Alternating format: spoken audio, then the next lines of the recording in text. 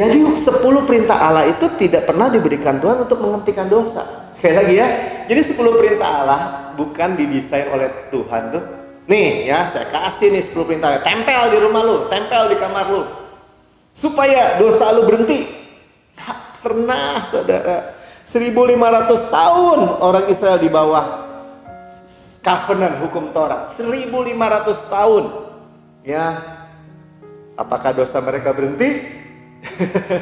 Apa jawab saudara? Apa saudara mereka terus berhenti? Wah, gara-gara 10 perintah Allah mereka berhenti berbuat dosa. Bukan, malah hukum Taurat itu membangkitkan dosa. Paradoks. Nah, saudara mulai tanya lagi, kalau memang itu berbahaya buat manusia membangkitkan dosa, kalau gitu kenapa Tuhan kasih? Ya kan, dosa itu udah ada, nature dosa itu udah ada, cuma tidak diperhitungkan. Tapi dengan hukum Taurat jadi diperhitungkan, kan ada hukumnya. Kenapa gitu? Kembali lagi, supaya saudara dan saya berbalik sepenuhnya, sama-sama katakan sepenuhnya, 100% murni mengharapkan kasih karunia Tuhan Yesus Kristus. Paradoks apa sih Pak? KBBI ya, pernyataan yang seolah-olah bertentangan atau berlawanan dengan pendapat umum atau kebenaran umum, tetapi kenyataannya mengandung kebenaran. Itu paradoks. Contohnya lah, lebih gampang ya. Saudara, secara umum tuh matahari bergerak dari timur, terbit di timur, tenggelam di barat. Semua orang melihat seperti itu. Nah, kenyataannya apa kebenarannya? Apakah mataharinya yang bergerak mengelilingi bumi atau buminya bergerak mengelilingi matahari? Berotasi, berevolusi. Bahasa apa sih itu Pak? Ya pokoknya buminya yang mengelilingi matahari. Amin. Itu kebenarannya. Ya. Jadi ada nggak dasar Alkitab atau penekanan kuat tentang 10 perintah Allah menghasilkan kekudusan? Tidak ada.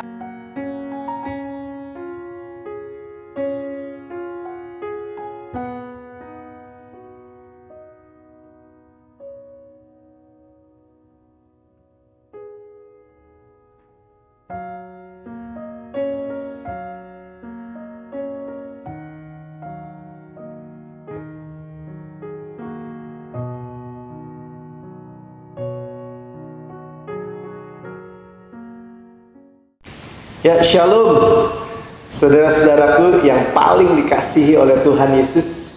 Jumpa lagi dengan kabar baik, good news, gospel, too good to be true. Itulah arti kata gospel, tentang Yesus, hanya Yesus, dan hanya Yesus, dan karyanya yang sempurna di kayu salib.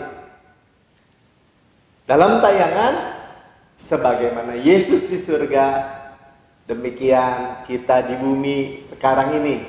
Itulah yang Tuhan Yesus kerjakan sempurna buat kita. Kita boleh senantiasa sehat, kuat, disegarkan, bahkan dimudahkan. Dan kita tahu sebagaimana Yesus di surga, itu Yesus layak terima kuasa dan kekayaan, dan hikmat dan kekuatan, dan hormat dan kemuliaan dan berkat-berkat. Saudara mau? Saudara dengarkan. Saudara pandang Yesus yang indah dari segala sisi. Depan, belakang, kiri, kanan, luar, dalam. Waktu dia kuat, ia tidak sombong. Waktu dia lembut, ia tidak lemah. Yesus itu sekuat baja dan selembut beludru. Yesus itu Raja segala raja, Tuhan segala Tuhan, semesta alam, sekaligus hamba yang merendahkan diri, yang turun dari surga, yang melayani saudara dan saya, bahkan mau mencuci kaki murid-muridnya, saudara dan saya. Yaitu adalah gembala yang baik, gembala yang agung, pemelihara jiwa kita, firman Tuhan katakan, sekaligus anak domba yang disembelih buat kita, korban penebus dosa, korban bakaran, luar biasa. Ya, yang mensuplai, yang menyediakan, yang memberikan semua aspek dalam kehidupan kita, dia yang sediakan. Sekaligus dia roti hidup bagi kita. Roti mana yang turun dari surga, yang sangat-sangat bermanfaat, yang kita dengar pagi hari ini atau hari ini dimanapun saudara berada, untuk mendengarkan tentang Yesus dan karya yang sempurna. Kita akan meneruskan dari buku ini di dalam bab yang ke-10 dengan judul bahwa disempurnakan, ya, perfected, disempurnakan hanya oleh unmerited favor, kemurahan yang tidak layak kita terima. Kita ini disempurnakan, hati nurani kita sempurna karena korbannya sempurna yang tidak layak kita terima. Siapa itu? Yesus. Ya, jadi kalau kita selalu mengingat semua kebaikan-kebaikan Tuhan, kemurahan-kemurahan Tuhan yang kita peroleh, kalau kita pikirkan, siapa yang layak? Yesus. Siapa yang terima? Saya, atau saudara katakan saudara, ya. Siapa yang dipermuliakan? Tuhan yang dipermuliakan melalui kita di dalam Yesus ini. Dan siapa yang dipermalukan? Iblis, saudara, ya. Jadi kita bersyukur, kita selalu punya harapan, selalu diberkati dengan besar, ya, selalu disukai sangat tinggi, selalu dikasihi sangat dalam oleh Tuhan Yesus. Amin.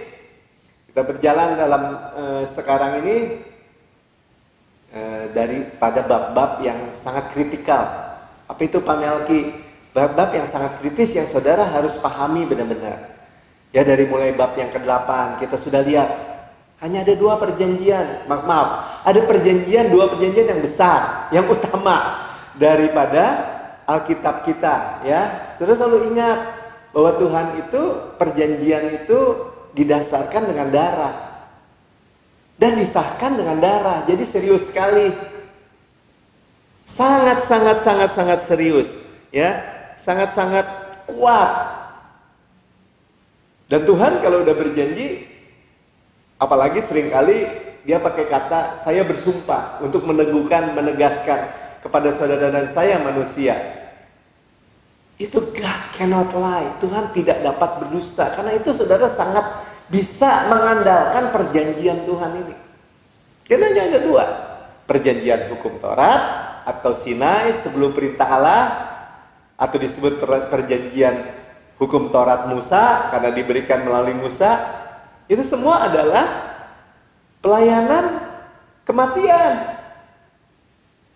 Bagaimana Pak Melki? Saudara dengar saja di bagian bab yang ke-8, ada bagian 1, bagian 2, dan saudara bisa teruskan di bab yang ke-9. Saudara cari. Ya, dan di sisi yang lain Gunung Sion, perjanjian Gunung Sion, perjanjian kasih karunia. Jadi Tuhan sudah pindah gunung dari Gunung Sinai ke Gunung Sion. Perjanjian kasih karunia Yesus, Roh yang menghidupkan, dicurahkan Roh Kudus, saudara hidup, dan saudara saya tidak bisa mati lagi selama-lamanya. Itulah perjanjiannya.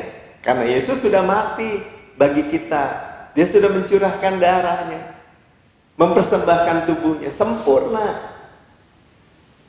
Nah, di dalam bab yang 9 dikatakan intinya jangan tukar perjanjian. Jadi ketika orang Israel menukar perjanjian, menukar covenant namanya, ikatan perjanjian. Bukan sekedar perjanjian, sekedar janji omong-omong itu, bukan. Ada ikatan, ada covenant. Akad, saudara, ya. Dan kita nggak mau menukar yang sudah top, ya udah sempurna dan terakhir, nggak ada lagi. Tuhan Yesus itu anak domba Allah yang turun dari surga. Bapa memberikan Tuhan Yesus sebagai anak domba Allah yang disembelih, anaknya yang terkasih, yang satu-satunya, yang termulia di surga.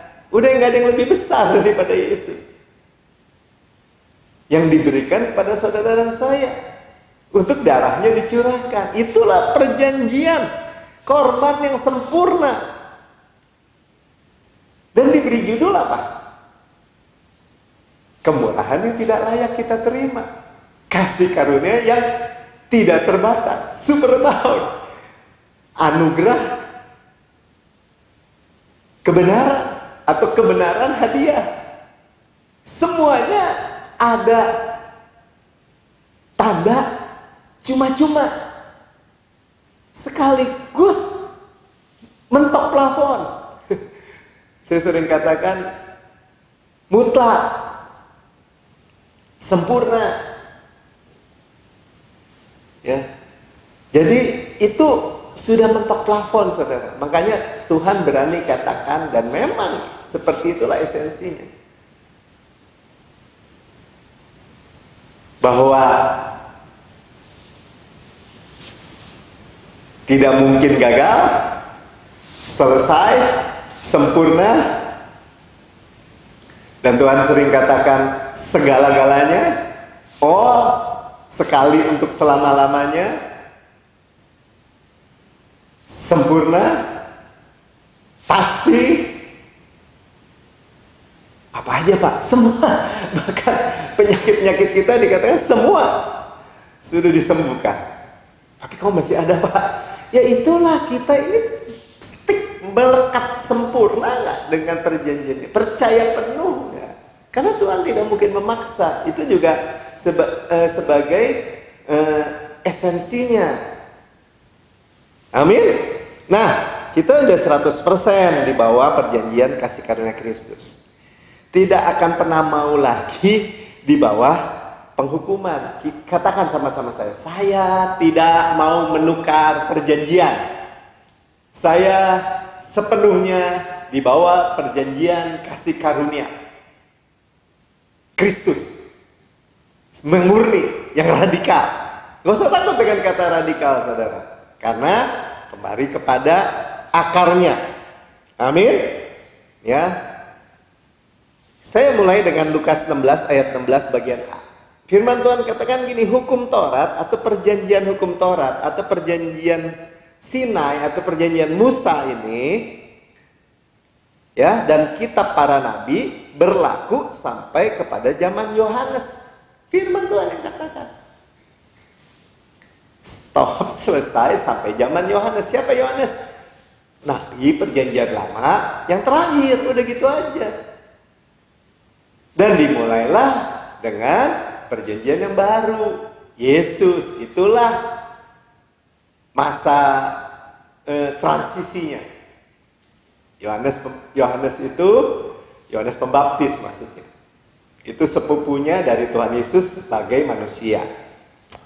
Oke, ya, jadi kita hidup tidak lagi di bawah covenant atau ikatan perjanjian yang lama. Ya, dan kita tidak lagi mau menukar, sudah selesai. Dan titik baliknya adalah salib. Dan Yesus sudah bangkit. Nah, kebangkitan Yesus dan dengan tubuh kemuliaan berarti apa? Sempurna, sudah selesai. Buat kita berada sepenuhnya, sama-sama katakan sepenuhnya, di bawah perjanjian baru kasih karunia Yesus ini. Amin. Ya, jadi kita benar-benar akan pahami benar-benar, ya, karena kita akan sebentar akan melihat seseorang juga, ya, yaitu Rasul Paulus khususnya. Bagaimana dia dulu bernama Saulus, sekarang bernama Paulus. Nah, saudara lihat aja, ini sebagai bayangan perjanjian di bawah perjanjian lama, hukum Taurat, dan orang manusia yang hidup di bawah perjanjian baru kasih karunia. Sebagai Rasul Tuhan Yesus dalam tubuh kebangkitan. Luar biasa. Ya, saudara catat ayat-ayat yang kita akan renungkan hari ini. Di dalam Keluaran 29 ayat 38 sampai 39, Markus 15 ayat 25, Lukas 23 ayat 44 sampai 46, Matius 5 ayat 22 bagian A, dan ayat 27 sampai 30, Roma 3 ayat 19 sampai 20, 1 Korintus 15 ayat 56, dan Roma 7 ayat 8 sampai 10 bagian A. Ya, jadi kita mulai dengan bagaimana sebelum sampai kepada manusia yang namanya Saulus menjadi Paulus ini, kita benar-benar pastikan ya bahwa Yesus itu satu-satunya korban yang memenuhi semua korban-korban yang bayangan di Perjanjian Lama. Amin. Ya. Jadi Tuhan tahu nih kalau ketika orang Israel di bawah Perjanjian Lama itu tidak mungkin diberkati dengan ketaatan mereka. Saudara sudah dengar di tayangan yang lalu. Ada syaratnya. Syaratnya cuma gini, apabila if. Ya, dan ketika apabila itu muncul di bawah Perjanjian Lama hukum Taurat, di bawah Perjanjian Lama Sinai, apabila muncul, maka semua berkat itu jadi nggak bisa datang, saudara. Nggak bisa datang, sangkut. Dan bukan saja itu saja. Apabila ini menarik kutuk, sudah nggak dapat berkat, menarik kutuk. Sudah nggak dapat berkat, menarik kutuk, mengerikan ya. Keluaran 29 ayat 38. Ya, inilah yang harus kau olah di atas mezbah itu, dua anak domba berumur setahun. Cukup umur ya. Setahun itu artinya sudah jadi binatang domba gede ya, domba gede besar ya. Nah, saudara, saya mau bacakan ini buat apa? Bahwa Tuhan kasih jalan keluar nih sebenarnya buat bangsa Israel.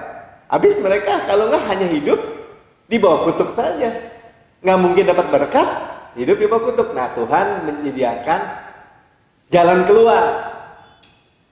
Jalan keluar ini adalah bayangan Yesus. Nah, coba kita perhatikan ya. Tiap-tiap hari, ya sudah lihat ya, tiap-tiap hari artinya apa? Harus ada yang mengcover atau menutupi dosa. Ya, kalau nggak bisa dapat berkat. Dan bukan hanya nggak dapat berkat, menerima kutuk. Saudara baca lagi ya, atau dengar lagi di bagian yang bab yang ke-9. Ngerikan ya. Nah, Tuhan sediakan tiap-tiap hari korban domba, 2 domba umur 1 tahun, pagi sore ya, pagi sore. Bukan seperti restoran Padang ya, pagi sore. Tetapi pagi sore itu korban untuk menutupi saja. Kenapa? Karena besok harus pasang lagi korban. Bukan menghapus. Sama-sama katakan, bukan menghapus, menutupi. Apa bedanya, Pak? Ah, saudara, kalau saudara kasih kartu kredit saudara kepada anak saudara, kemudian dia belanja dan bayar pakai kartu kredit. Terus dia bilang ini, "Pih, aku sudah beli nih barang-barangku, perlengkapan buat sekolahku, dan aku sudah bayar pakai kartu kredit." Saudara bilang, ini belum dibayar, baru ditutupin. Nanti papi yang bayar akhir bulan ketika tagihannya datang. Saudara bisa bayangkan ya, seperti itu ya.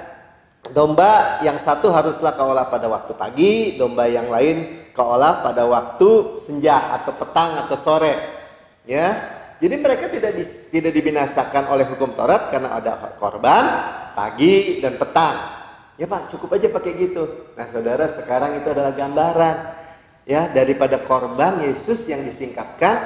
Ya, ini tersembunyi bayangan Perjanjian Lama, di Perjanjian Baru disingkapkan. Oh, korban Yesus, ya. Dan korban Yesus itu pagi dan petang itu Yesus tergantung di kayu salib selama 6 jam. Dari jam 9 pagi sampai jam 3 sore. Ya, menggenapi korban pagi, petang, sore. Saya bacakan aja ya. Markus 15 ayat 25. Hari jam 9 ketika ia disalibkan. Jadi Markus 15 ayat 25 katakan jam berapa? Jam 9 pagi. Jelas ya? Lukas 24 ayat 44. Ketika itu hari sudah kira-kira jam 12. Lalu kegelapan meliputi seluruh daerah itu sampai jam 3. Ada 3 jam kegelapan. Dari jam 12 sampai jam 3. Petang. Korban pagi, korban petang.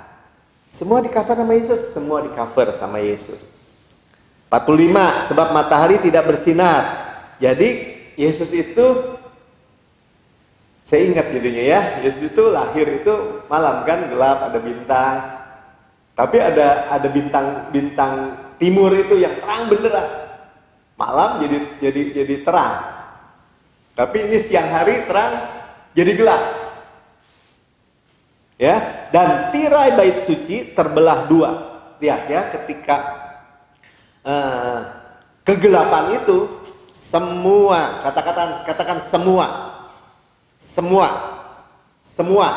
ya, semua kutuk, penghukuman, penyakit, dosa, kemiskinan, kegagalan, dan lain sebagainya, semua itu berputar seperti angin puting beliung yang memutari salib Yesus. Semuanya kegelapan dan semuanya ditimpakan kepada Yesus. Semua ditimpakan kepada Yesus. Itulah pengharapan saudara dan saya. Saudara sedih, saudara duka, saudara khawatir, saudara terluka, saudara takut, saudara nggak punya masa depan, semua sudah ditimpakan kepada Yesus. Karena itu tirai bait Allah terbelah dua. Saudara ngomong-ngomong, tirai bait Allah itu tingginya aja 18 meter, saudara. Tebalnya 10 cm. Nah, kurang lebih setangan saudara gini. 10 cm. Berlapis-lapis. Hanya Tuhan yang bisa merobek. Dan dirobek dari atas sampai ke bawah. Sehingga manusia mempunyai akses masuk kepada tahta kasih karunia Yesus. Memperoleh rahmat. Apa itu Pak rahmat, Pak? Yang kita tidak layak kita terima, maaf ya, yang layak kita terima, misalnya penghukuman, tadi kutuk, penyakit, mestinya layak kita terima karena kita berdosa. Kita tidak terima, kita menerima rahmat. Dan karunia atau kasih karunia, grace. Apa itu Pak? Artinya, yang tidak layak kita terima, kesehatan, dimudahkan lagi, berkat-berkat terlimpah, perlindungan, kita nggak layak terima. Kekayaan, kemakmuran Kristus, perlindungan, semua berkat, kita nggak layak kita terima, tapi kita terima.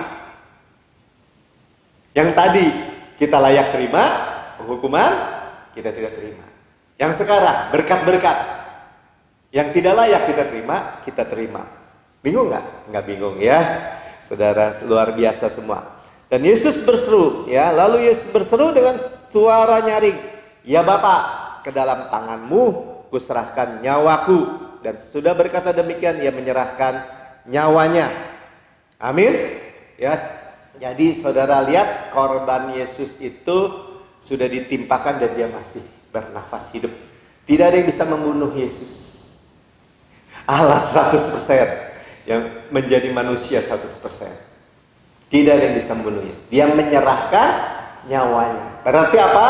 Korbannya jauh lebih besar daripada dosa-dosa kita, kutuk, kesalahan, atau semua yang harus ditimpakan buat kita. Sama-sama katakan, jauh lebih besar. Amin. Ya. Jadi lagi pula kalau orang Israel dapat memenuhi semua standar, maaf saudara, ya, memenuhi standar semua hukum Taurat, ya, dengan usaha tulus. Kalau kita pikir bisa Pak, kenapa masih ada korban-korban kalau gitu? Ya, mereka pasti gagal, ya, karena mereka bisa berdosa di dalam hati. Supaya saudara jelas ya, di dalam Matius 5 ayat 27. Kamu telah mendengar firman, jangan berzina. Jangan berzina, kata hukum Taurat. 28, tetapi aku berkata kepadamu, setiap orang memandang perempuan serta menginginkannya, ya, mungkin melihat gambar atau melihat film atau melihat langsung, sudah berzina dengan dia di dalam hatinya. Artinya apa? Manusia hanya melihat tampak luar. Oh enggak, saya nggak berzina. Tapi Tuhan melihat sampai ke dalam hati. Luar, dalam. Sama-sama katakan luar, dalam. Harus apa? Harus dicongkel matanya. Ya, jadi seandainya mungkin memenuhi hukum Taurat secara tampak luar, pasti gagal. Ya, karena Tuhan melihat yang di dalam hati, lahir batin, saudara. Sama-sama katakan lahir batin. Ya, jadi ini standar sempurna ini bukan manusia yang katakan, atau penulis buku ini Pastor Prince, atau saya, bukan. Tuhan yang katakan. Ya, lihat aja. Matius 5 ayat 22 bagian A. Aku berkata kepadamu, setiap orang yang marah tanpa alasan ya terhadap saudaranya harus dihukum. Harus dihukum apa? Dihukum mati. Kenapa? Karena disebut pembunuh. Jadi Tuhan Yesus mengembalikan, menunjukkan standar yang murni daripada hukum Taurat kepada manusia, kepada orang-orang Farisi, yang sebenarnya mereka itu menurunkan standar ke level apa, saudara? Ke level supaya mereka bisa memegahkan diri. Ke level apa? Ke level tampak luar aja. Yesus bongkar semua itu. Bongkar mafia-mafia agama itu. Yesus bongkar semua. Dan menunjukkan hukum Taurat ya adalah standar yang mustahil. Coba kita teruskan ya. Matius 5 ayat 29. Maka jika matamu yang kanan menyesatkan kau, cungkillah. Saudara bilang, oh wah itu mata rohani, lebih bahaya lagi. Saudara nggak bisa lihat hal-hal yang surgawi, yang rohani kalau cungkil mata rohani. Nggak, ya baca aja terus. Buanglah itu, karena lebih baik bagimu jika satu dari mata rohanimu, bukan ya, satu dari anggota tubuhmu. Tangan termasuk anggota tubuh, mata termasuk anggota telinga, terus termasuk anggota tubuh. Semua ya bagian dari tubuh kita namanya anggota tubuh fisik. Daripada tubuhmu yang utuh dicampakkan ke dalam neraka. Ayat 30. Dan jika tanganmu yang kanan menyesatkan kau, penggalah dan buanglah itu, karena lebih baik bagimu jika satu anggota tubuhmu binasa daripada tubuhmu yang utuh masuk neraka. Sama-sama katakan, Yesus mengembalikan standar sempurna daripada hukum Taurat. Standar murni. Dia tidak bermaksud untuk supaya saudara-saudara itu, wah lakukan Pak, kalau gitu harus congkel mata kita Pak, harus potong tangan kita. Ya, dikatakan bahwa gereja itu akan menjadi bangsal besar, rumah amputasi. Ya, karena Tuhan Yesus mati di kayu salib ternyata tidak membuat kita ini kebal dosa atau apa? Kalau jam tangan ini anti air gitu, anti dosa, enggak. Tapi dia berikan darahnya. Tidak kebal dosa, saudara. Kebal mendapat tantangan di pikiran, di hati. Tidak ada. Nah, berarti apa? Berarti benar semua orang telah berbuat dosa dan telah kehilangan kemuliaan Allah. Karena Tuhan melihat baik luar maupun dalam. Ya. Jadi apa? Jadi orang akan sampai akhir daripada upayanya sendiri dan berbalik kepada juru selamat. Itulah intinya Tuhan Yesus menyampaikan di dalam kitab-kitab Injil atau Matius 5 ini misalnya. Supaya apa? Supaya saudara sadar bahwa dia mati untuk itu semua. Darahnya tercurah untuk itu semua. Dan saudara jauh-jauh lebih menghargai. Tidak sekedar, wah masa begitu, nggak bisa. Menolak begitu saja. Seperti ilustrasi yang saya sampaikan. Ketika seorang pegawai diberikan oleh bosnya kenaikan jabatan dan dituangkan di dalam selembar perjanjian di mana dia naik 2 kali lipat atau 3 kali lipat dari gajinya yang lama, dari kontraknya yang lama, dengan fasilitas mobil baru, dengan fasilitas rumah baru, dengan fasilitas bonus-bonus yang berlimpah.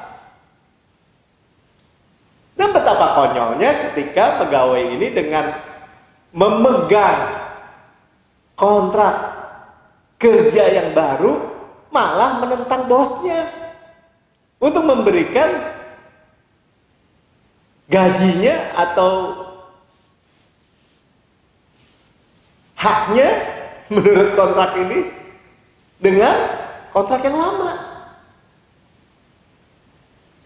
Ini jauh-jauh lebih mengerikan, saudara. Kalau kembali di bawah hukum Taurat Musa, saudara, dan saya nggak punya lagi korban seperti orang Israel yang bisa nutupin. Mau ditutupin pakai apa lagi? Oh, pakai darah Yesus, Pak. Pakai korban Yesus nggak bisa.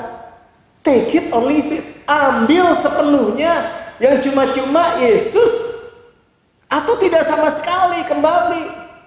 Yesus tidak berefek, iman jadi sia-sia, janji jadi batal. Kalau saudara atau siapapun mau mengharapkan kebenaran daripada hukum Taurat, upaya, usaha, tekad, perform diri, nggak ada. Itulah sebabnya banyak kita mengalami mungkin kebingungan di dalam kekristenan.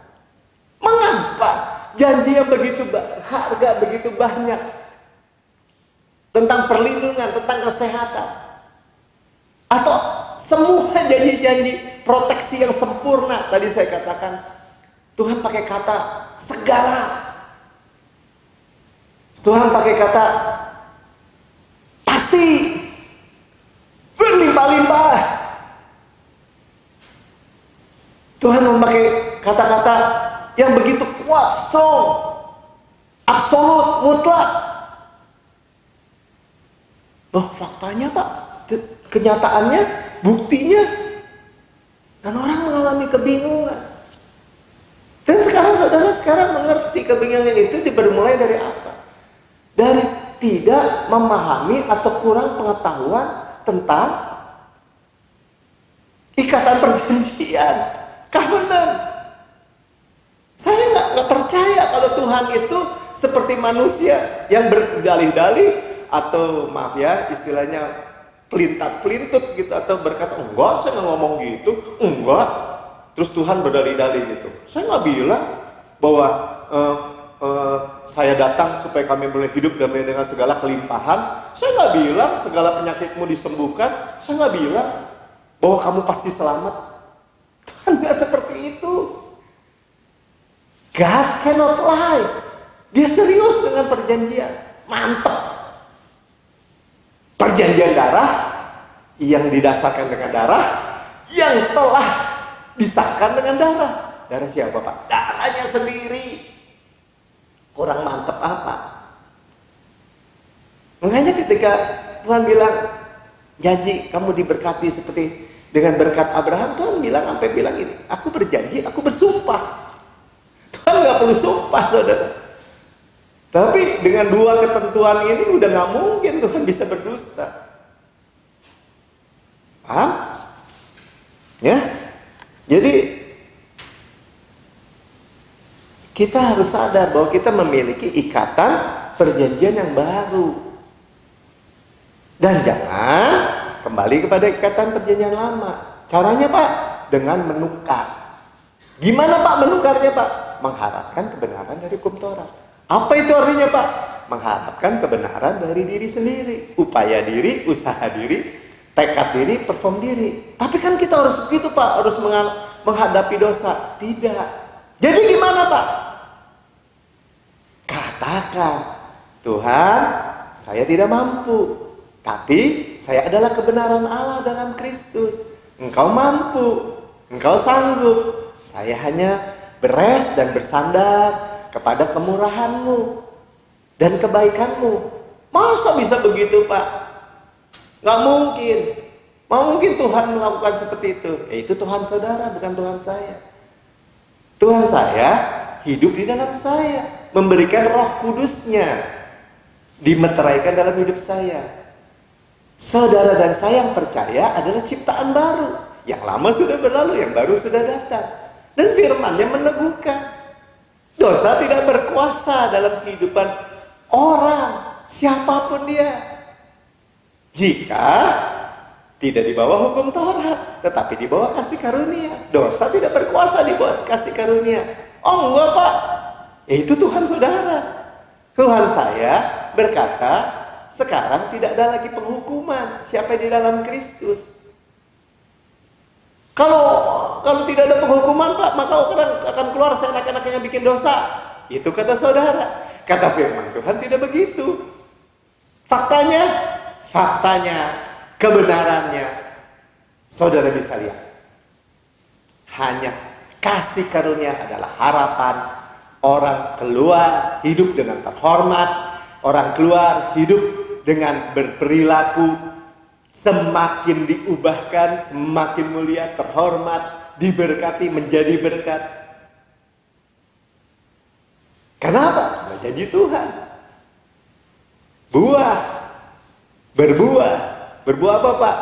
Ya buah roh misalnya, kasih, sukacita, damai sejahtera, kesabaran, kemurahan, kebaikan, kesetiaan, kelemah lembutan, penguasaan diri. Dari mana tuh Pak? Bukan dari upaya diri. 100% namanya juga buah roh. Dari mana itu Pak? Dari percaya. Percaya apa Pak? Percaya kebenaran hadiah. Kasih karunia yang berlimpah-limpah. Paham? Jadi lingkarannya jelas, saudara. Ya, kita tidak mau digentarkan. Ya, kita tidak mau digentarkan sama sekali. Ya, bahwa seolah-olah kita nggak mengajarkan perbuatan baik. Nggak usah. Kita percaya Injil yang Paulus beritakan. Firman Tuhan katakan tentang perjanjian lama bahkan ya. Nih, dengar Roma 3 ayat 10. Seperti ada tertulis, tidak ada yang benar, seorang pun tidak. Ya masa orang mengotot, Tuhan bilang tidak ada seorang pun tidak. Ya, dengan covenant yang lama tidak ada seorang pun yang benar, seorang pun tidak. Ayat Roma 3 ayat 19. Tetapi kita tahu bahwa segala sesuatu tercantum dalam kitab Taurat ditujukan kepada mereka yang hidup di bawah hukum Taurat. Siapa ya? Bukan saudara dan saya. Saudara dan saya Yahudi juga bukan. Saudara dan saya mungkin kebanyakan atau mungkin 100% yang mendengar mungkin gak ada orang Yahudi. Nggak punya korban pagi petang, 5 korban bakaran, korban penghapus dosa, korban-korban yang lain. Bukankah itulah kebenarannya? Kenapa kita mau menutup mata? Ya, bahkan kalau mau hidup di bawah hukum Taurat, gampang aja buat saudara dan saya. Tapi cuma hanya keterima kutuknya aja. Kutuknya apa Pak? Iman jadi sia-sia, janji jadi batal. Kristus tidak berefek. Ada nggak ayatnya Pak? Ya ada, Galatia 5 ayat 4, Roma 4 ayat 13, 14. Dan saya nggak mau buka, karena sudah diulang-ulang. Nggak apa-apa sudah diulang-ulang mendengar. Cuma saudara harus dan saya seharusnya semakin terang benderang. Saya tidak mau di bawah perjanjian hukum Taurat, pelayanan yang membunuh. Saya mau sepenuhnya di bawah perjanjian baru, kasih karunia Kristus, roh yang menghidupkan. Amin. Ya, karena dikatakan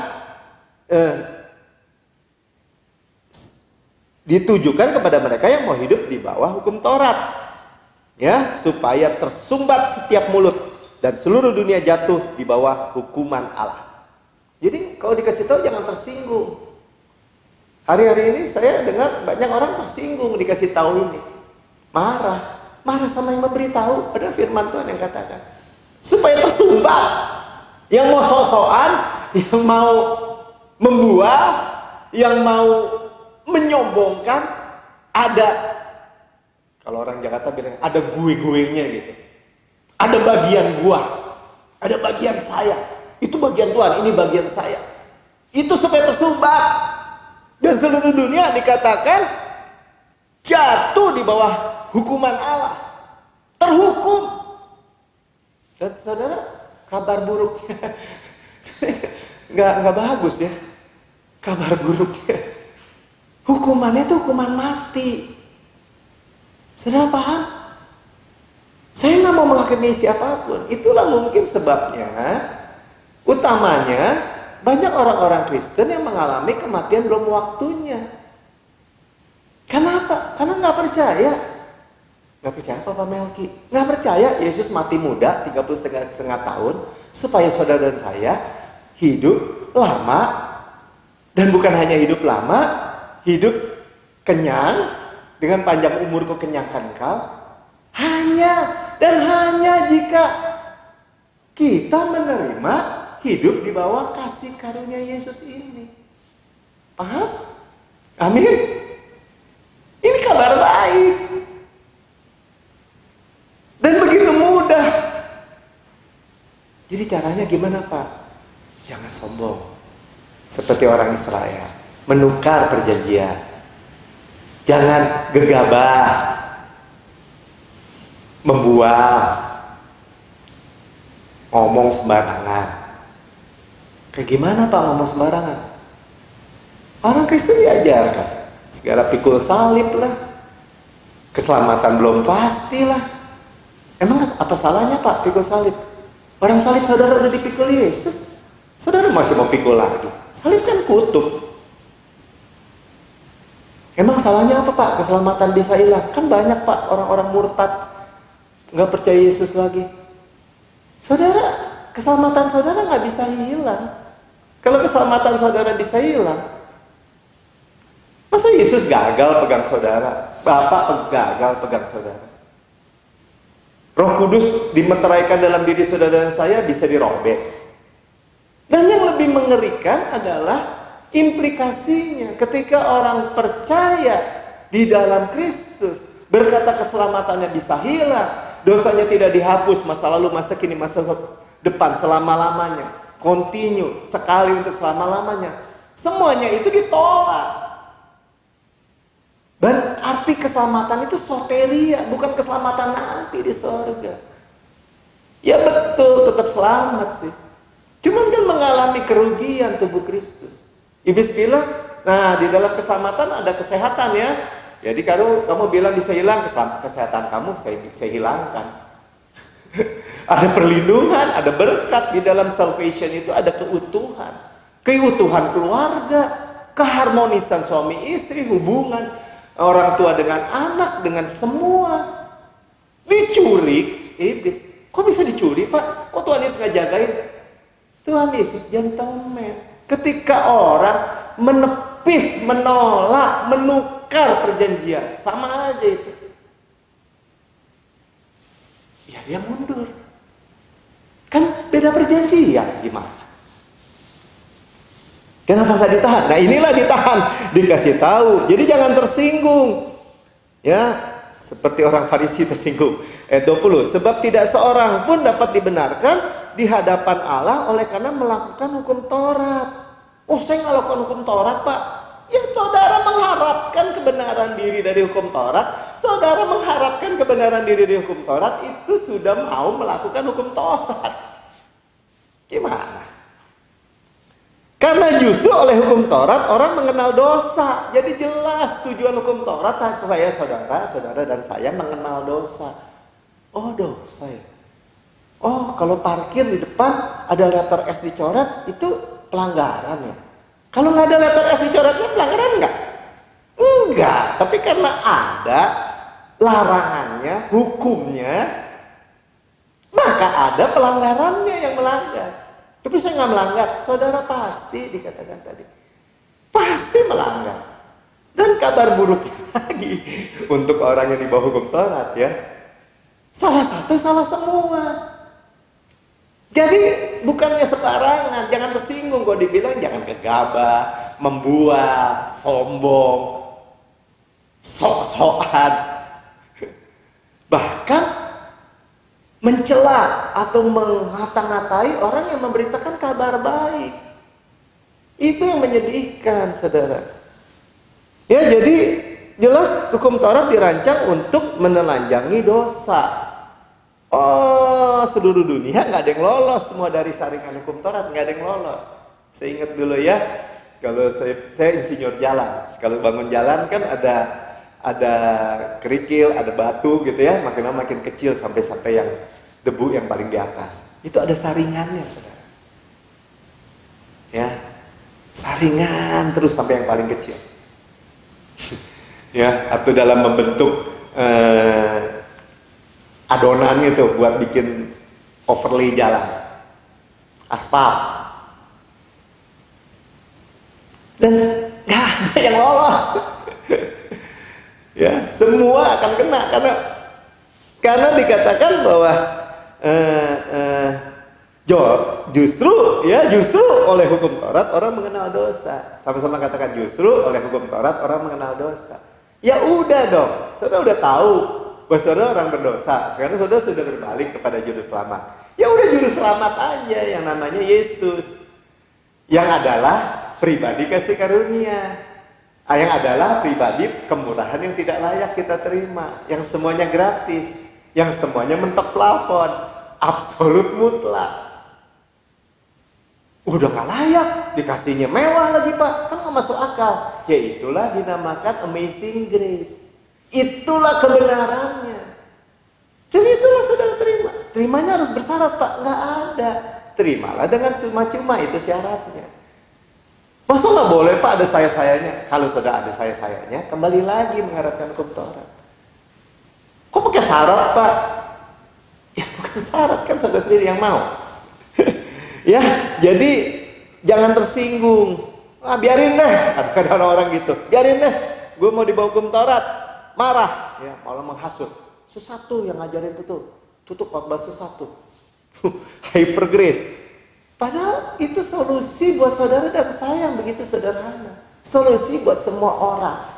Yesus dan karyanya yang sempurna. Cermati benar-benar. Ya. Jadi 10 perintah Allah itu tidak pernah diberikan Tuhan untuk menghentikan dosa. Sekali lagi ya. Jadi 10 perintah Allah bukan didesain oleh Tuhan tuh. Nih ya, saya kasih nih 10 perintah Allah. Tempel di rumah lu, tempel di kamar lu. Supaya dosa lu berhenti. Nggak pernah, saudara. 1500 tahun orang Israel di bawah covenant hukum Taurat. 1500 tahun. Ya. Apakah dosa mereka berhenti? Apa jawab saudara? Apa saudara mereka terus berhenti? Wah, gara-gara 10 perintah Allah mereka berhenti berbuat dosa. Bukan, malah hukum Taurat itu membangkitkan dosa. Paradoks. Nah, saudara mulai tanya lagi kan, kalau memang itu berbahaya buat manusia membangkitkan dosa, kalau gitu kenapa Tuhan kasih? Ya kan, dosa itu udah ada, nature dosa itu udah ada, cuma tidak diperhitungkan. Tapi dengan hukum Taurat jadi diperhitungkan, kan ada hukumnya. Kenapa gitu? Kembali lagi, supaya saudara dan saya berbalik sepenuhnya, sama-sama katakan sepenuhnya, 100% murni mengharapkan kasih karunia Tuhan Yesus Kristus. Paradoks apa sih Pak?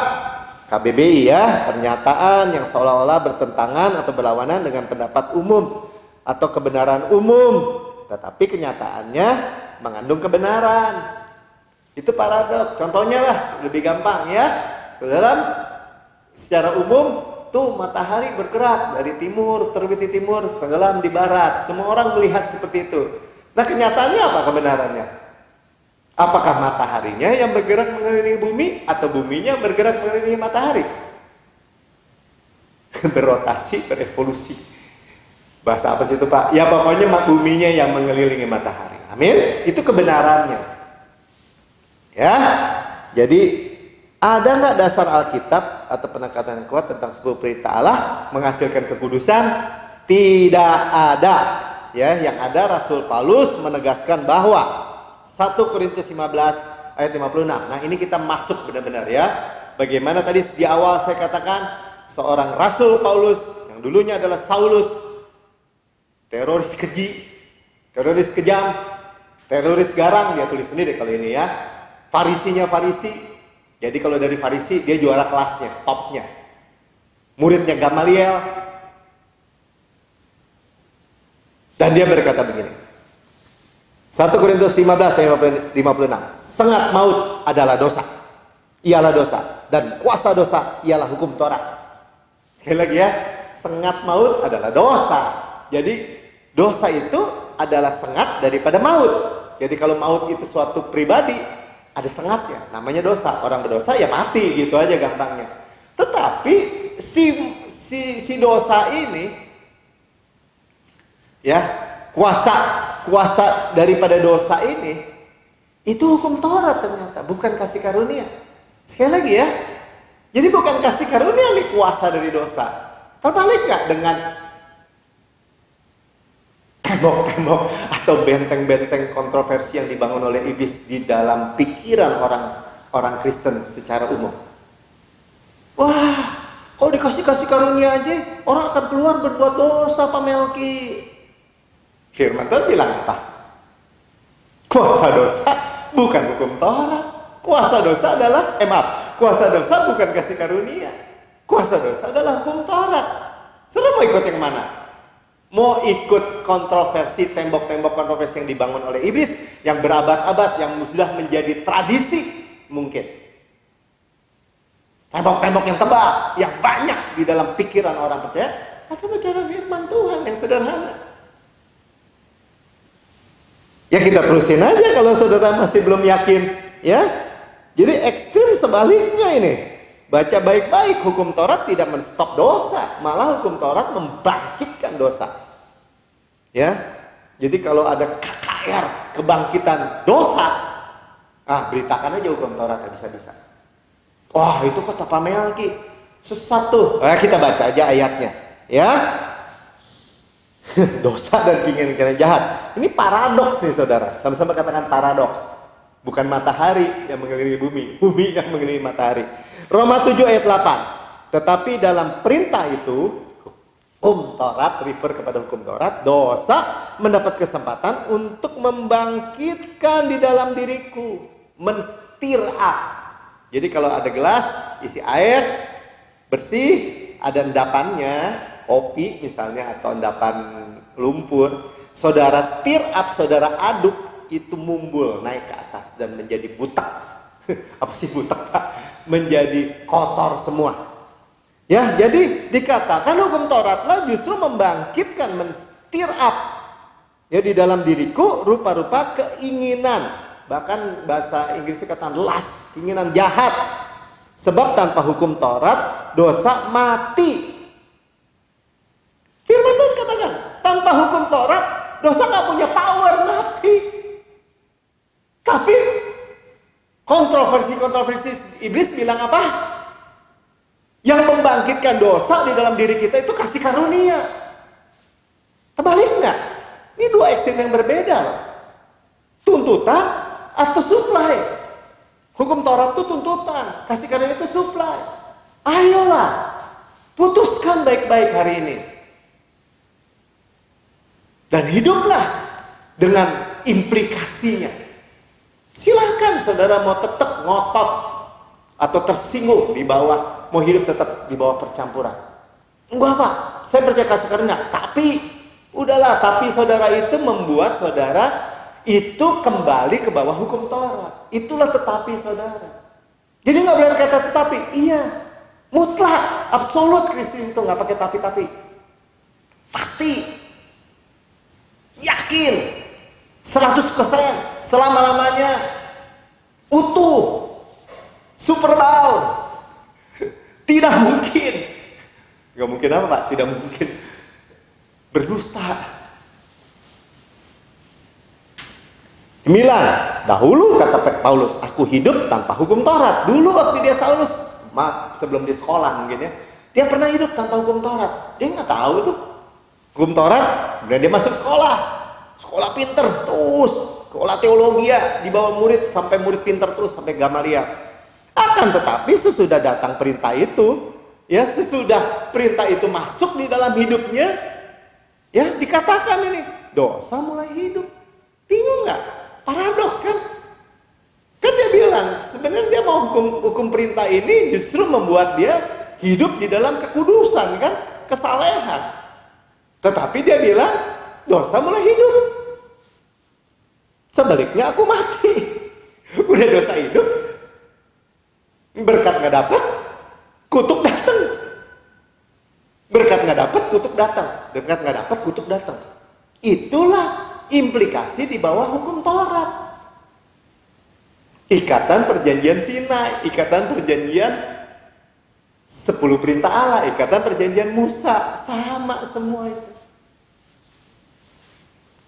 Jadi hukum Taurat itu alih-alih menstop dosa, malahan membangkitkan dosa. Kasih karunia Pak, kasih karunia satu-satunya harapan untuk menstop dosa. Dosa tidak berkuasa di dalam manusia, di dalam kamu, kalau kamu tidak hidup di bawah hukum Taurat, tetapi di bawah kasih karunia. Kan itu ayatnya. Jadi power dosa, ya, kuasa dari dosa dan pelayanan kematian adalah hukum Taurat. Baca baik-baik, ya. Jadi Tuhan tuh yang menemukan cacat di bawah hukum Taurat. Manusia itu nggak jadi kudus, benar, adil. Manusia itu hidup terus di bawah penghukuman, kutuk. Berkat nggak dapat, kutuk datang. Kita nggak mau, ya, nggak mau tukar perjanjian, sama-sama katakan, nggak mau tukar perjanjian. Mau lebih berpengetahuan, katakan sama-sama. Mau lebih berpengetahuan. Tidak mau dibodohin lagi, tidak mau dibodohin lagi. Jelas melihat dua perjanjian, jelas melihat dua ikatan perjanjian, dan hanya mau di bawah ikatan perjanjian kasih karunia yang baru, yang sempurna, yang terakhir, tidak ada lagi, yang top. Mari kita berdoa. Bapak, terima kasih, kami bersyukur, kami sudah mendengar kabar baik, dan kami sudah mendengar solusi. Kami tidak mau lagi hidup di bawah ikatan perjanjian lama. Tuhan sudah selesaikan dengan sempurna di kayu salib. Sempurna. Sekarang hati nurani kami sempurna sebab korbannya sempurna. Dan kami terima berkat-berkat yang tidak ada lagi halangan apapun. Semua, baik yang kami ngerti, yang kami belum ngerti, semua berkat yang Tuhan sudah selesaikan, Tuhan sudah bayar di kayu salib, kami terima semua. Tidak ada kutuk, karena kami tidak lagi di bawah penghukuman, tidak lagi di bawah pelayanan kematian. Kalau saudara yang mendengar tayangan ini dan saudara berkata, saya mau, saya belum terima Yesus, saudara berkata, berdoa bersama-sama saya. Dan saudara katakan, saudara mau terima Yesus. Saudara katakan gini, Tuhan Yesus, saya menerima Engkau sebagai Tuhan dan Juru Selamat pribadi saya. Tuhan Yesus, saya percaya bahwa Engkau dibangkitkan dan bersama saya dibangkitkan dan didudukan di bawah, di sebelah kanan Allah Bapa. Di bawah kasih karunia saya hidup. Di dalam Engkau saya hidup. Saya menikmati semua janji-janji-Mu. Perjanjian baru, kasih karunia, dan menerima semua fasilitas Tuhan. Di dalam nama Tuhan Yesus. Amin.